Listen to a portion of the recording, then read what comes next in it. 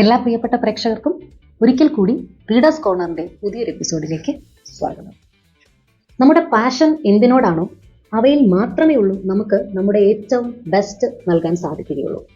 പലപ്പോഴും ആളുകൾ പറയുന്നത് എനിക്കങ്ങനെ പ്രത്യേകിച്ച് കഴിവുകളൊന്നുമില്ല. അങ്ങനെ പ്രത്യേകിച്ച് കഴിവുകളില്ലാതെ ആരും ജനിക്കുന്നില്ല. ഇനി നിങ്ങൾക്കൊരു കഴിവുകളും ഇല്ല എന്ന് തന്നെ വിചാരിക്കുക. പക്ഷേ നിങ്ങൾക്ക് സ്കില്ലുകൾ നേടിയെടുക്കാൻ സാധിക്കും ലേണിങ്ങിലൂടെ. പലപ്പോഴും നമ്മളെ ട്രെയിൻ ചെയ്തിരിക്കുന്ന ഒരു രീതി അനുസരിച്ച് പേരൻസ് അവരുടെ ആഗ്രഹങ്ങൾ അല്ലെങ്കിൽ അവരുടെ ചുറ്റുമുള്ള ആളുകൾ ജീവിക്കുന്ന ഒരു സാഹചര്യവുമായി ബന്ധപ്പെടുത്തി നമ്മളോട് ഒരു കോഴ്സ് തിരഞ്ഞെടുക്കാൻ പറയുന്നു. അത് പലപ്പോഴും നമ്മുടെ പാഷനെ ഫോളോ ചെയ്യുന്നത് ആവണമെന്ന് നിർബന്ധമില്ല. പിൽക്കാലത്ത് ആളുകൾ വ്യസനത്തോടെ പറയും, എനിക്ക് ഇന്നൊരു വ്യക്തിയാവാനായിരുന്നു ആഗ്രഹം, ഈ പ്രൊഫഷൻ ചൂസ് ചെയ്യാനായിരുന്നു ആഗ്രഹം. അപ്പോൾ ആദ്യം വേണ്ടത് നമ്മുടെ പാഷൻ കണ്ടെത്തുക എന്നാണ്. നിങ്ങൾക്ക് മടുപ്പില്ലാതെ ഏറ്റവും ഇഷ്ടത്തോടു കൂടി ചെയ്യാൻ പറ്റുന്ന ഒരു കാര്യം എന്താണ്? ഒന്നിലധികമോ കാര്യങ്ങൾ ഉണ്ടായിരിക്കും. ചില ആളുകൾക്ക് അത് കുക്കിംഗ് ആയിരിക്കും, ചില ആളുകൾക്ക് അത് പെയിന്റിംഗ് ആയിരിക്കും, ചില ആളുകൾക്ക് മറ്റുള്ളവരോട് സംസാരിക്കാനായിരിക്കും, ചില ആളുകൾക്ക് മറ്റുള്ളവരുടെ പ്രോബ്ലങ്ങൾ കേൾക്കാനും അവർക്ക് നല്ലൊരു സജഷൻ പറഞ്ഞു കൊടുക്കാൻ പറ്റുന്ന ആളുകളുമായിരിക്കും. ചില ആളുകൾ നന്നായി സേവന മനോഭാവമുള്ളവരായിരിക്കും, ചില ആളുകൾക്ക് നന്നായി ക്ലാസ് എടുക്കാൻ കഴിയും, ചില ആളുകൾക്ക് നന്നായി ഡ്രൈവ് ചെയ്യാൻ കഴിയും.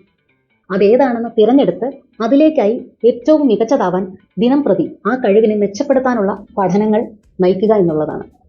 കോവിഡ് കാലഘട്ടത്ത് ഇത്രയധികം യൂട്യൂബേഴ്സ് ഉണ്ടായത്, ഇത്രയധികം കോടികൾ ആളുകൾ സമ്പാദിച്ചതും അങ്ങനെയാണ്. പലപ്പോഴും ആളുകളുടെ ജോലി നഷ്ടപ്പെട്ടു, മറ്റു വരുമാനങ്ങളൊന്നുമില്ലാതെയായി, ജീവിതം പ്രതിസന്ധിയിലായ ഘട്ടത്ത് ഇനി എന്ത് എന്ന് ചിന്തിച്ചപ്പോഴാണ് അവരുടെ ചെറുതും വലുതുമായ കഴിവുകൾ പരിപോഷിപ്പിക്കാൻ ശ്രമിച്ചു.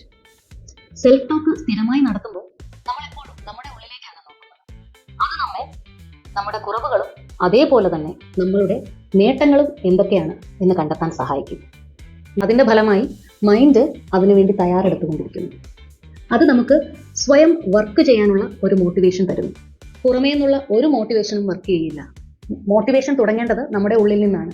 അത് നമ്മളോട് തന്നെ നമുക്ക് എന്ത് മാറ്റമാണോ വേണ്ടത് അത് പറഞ്ഞ് മനസ്സിലാക്കിക്കൊണ്ടാണ്. ഈ എക്സസൈസ് എല്ലാവരും പ്രാക്ടീസ് ചെയ്യുമെന്ന് വിചാരിക്കുന്നു. അടുത്ത ഒരു എപ്പിസോഡിൽ വീണ്ടും കാണാം. അതുവരെ നന്ദി.